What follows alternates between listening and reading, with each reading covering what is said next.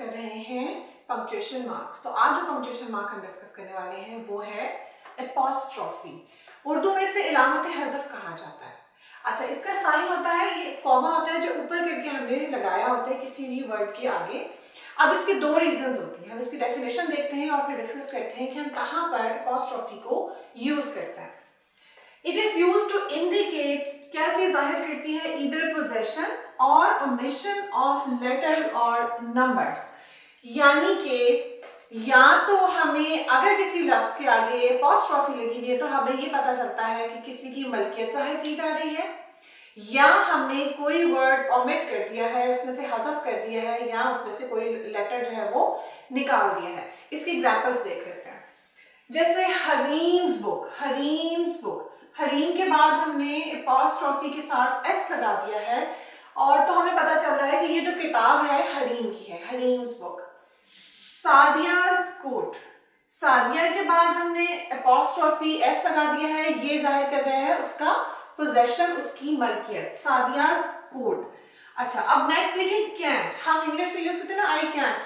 अब इसको अगर हम देखें तो ये दो वर्ड्स को मिला के एक वर्ड बनाए गए। जो लफ्ज है वो है कैन नॉट, लेकिन हम उसको कैंट भी बोलते हैं और इस्तेमाल भी करते हैं। तो जहां पर हमने इन दो साउंड्स को कॉन्ट्रैक्ट करके एक वर्ड में मिक्स कर दिया है तो वो बन गया कैन, और जहां पे हमने जो लफ्ज ओमिट किए हैं वहां पर हमने एक एपॉस्ट्रोफी लगा दी, ये बताने के लिए कि यहाँ पर जो लेटर्स हैं उन्हें हमने ओमिट किया है या इसमें से हज़फ किया है। Next example he is, he is, he is को जब हमने कॉन्ट्रैक्ट किया दो साउंड्स को मिला के तो वो था ही इज, ही के बाद एपॉस्ट्रोफी एंड एस, लेकिन एक्चुअल जो ये वर्ड है ये दो वर्ड्स हैं, ही इज, और ऐसे और बहुत सारे वर्ड्स हैं जो कि हम ऐसे कॉन्ट्रैक्शन में यूज करते हैं। अच्छा, अब यहाँ पर एक बड़ी इंटरेस्टिंग चीज है एपॉस्ट्रोफी के हवाले से कि हम एपॉस्ट्रोफी यूज करते हैं तो हम हमेशा एपॉस्ट्रोफी के साथ एस लगाते हैं, सही है। लेकिन जो कुछ प्लूरल्स हैं, आपको पता है कि इंग्लिश में सिंगुलर प्लूरल वाहिद जमा होते हैं जैसे उर्दू में होते हैं। इंग्लिश में जब हम किसी का प्लूरल करते हैं तो मोस्टली जो प्लूरल्स हैं वो एस या ई एस लगा के जो है वो किसी भी सिंगुलर के प्लूरल्स बन जाते हैं। तो ऐसे लफ्ज जो कि प्लूरल हैं, जमा हैं, और जो एस या ई एस जिनका लास्ट वर्ड एस है और वो प्लूरल हैं, अगर हम उन वर्ड्स के साथ एपॉस्ट्रोफी यूज करना चाहें तो हम कैसे यूज करेंगे? Plural nouns that end in S, जो एस पे एंड होते हैं। स्टूडेंट्स, अब स्टूडेंट्स जो है ये ऑलरेडी प्लूरल है तो हमने इसके आगे सिर्फ एपॉस्ट्रोफी लगाई है, हमने एस नहीं लगाया है। क्यों नहीं लगाया है? क्योंकि ये प्लूरल है और ये एस पे एंड हो रहा है। गर्ल्स, गर्ल सिंगुलर होता है, गर्ल्स प्लूरल होता है, उसके एंड पे हमने एस लगा दिया तो उसके साथ भी हम सिर्फ एपॉस्ट्रोफी लगा रहे हैं, हम एपॉस्ट्रोफी एस नहीं लगा रहे जी। हॉर्सेस, स्टेबल्स, घोड़ों के अस्तबल। अब हॉर्सेस जो है ये भी क्या है? प्लूरल है, जमा है, ठीक है। तो इसके साथ भी हमने सिर्फ एपॉस्ट्रोफी लगाई है, हमने एस नहीं लगाया, क्योंकि वो सारे वर्ड जो प्लूरल्स हों और एस पे एंड होते हो, प्लूरल्स जमा जो एस पे एंड होते हैं, उनके साथ हम सिर्फ एपॉस्ट्रोफी लगाएंगे, एस नहीं लगाएंगे। अच्छा, अब यहाँ पर एक इंटरेस्टिंग चीज देखें। अब चिल्ड्रन, अब आप कहेंगे मैम आपने चिल्ड्रन के आगे एपॉस्ट्रोफी एस लगाया हुआ, ये तो प्लूरल है।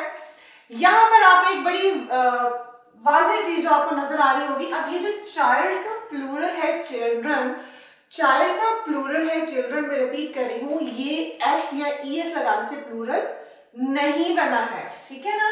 ये एन पे एंड हो रहा है तो इसके साथ हमने एपॉस्ट्रोफी एस लगा दिया। ऐसे प्लूरल्स जो एस या ई एस पे एंड नहीं होंगे उनके साथ हम एपॉस्ट्रोफी एस लगाएंगे, लेकिन वो सारे प्लूरल्स जो कि एस या ई एस पे एंड होते हैं उनके साथ हम सिर्फ एपॉस्ट्रोफी लगाएंगे। आई एम श्योर कि आपको क्लियर हो गया होगा। अच्छा, अब nouns that end in S, ऐसे नाम जो एस पे एंड होते हैं, यानी वो नाम है, वो प्लूरल्स नहीं है, वो सिर्फ नाम है, वो जमा नहीं है, किसी चीज के प्लूरल्स नहीं है, सिर्फ नाम है, तो उनके साथ अगर हमने अपॉस्ट्रोफी यूज करनी हो, अगर उनके साथ हमने उनका पोजीशन शो करना हो तो हम कैसे करेंगे? अब यूजुअली हमारे एशियन नेम्स में कुछ हमें कम ही ऐसे नाम नजर आते हैं जो कि एस पे एंड होते हैं, लेकिन अगर हम इंग्लिश या ब्रिटिश नेम्स पे जाएं तो हमें पता चलता है कि उनके बहुत से नाम जो है वो एस पे एंड होते हैं। उसकी 2 से 3 एग्जांपल्स यहाँ मेरे पास हैं। चार्ल्स, ठीक है, चार्ल्स कोट लेट्स से। अब चार्ल्स आप कहेंगे मैम ये तो अभी आप कह रही थी कि जो एस या एस पे एंड हो रहा है उसके साथ तो हमने अपॉस्ट्रोफी एस नहीं लगाना। यहाँ पे ये सिर्फ एक नाम है, ये प्लूरल नहीं है, ये सिंगुलर है और एक नाउन है जो कि एस पे एंड हो रहा है, इसलिए हमने इसके साथ अपॉस्ट्रोफी एस लगा दिया जी। डिकेंस, अब यहाँ पे डिकेंस जो है ये भी एस पे एंड हो रहा है, लेकिन ये एक नाम है, ये कोई प्लूरल नहीं है, इसलिए हमने इसके साथ भी अपॉस्ट्रोफी एस लगा दिया।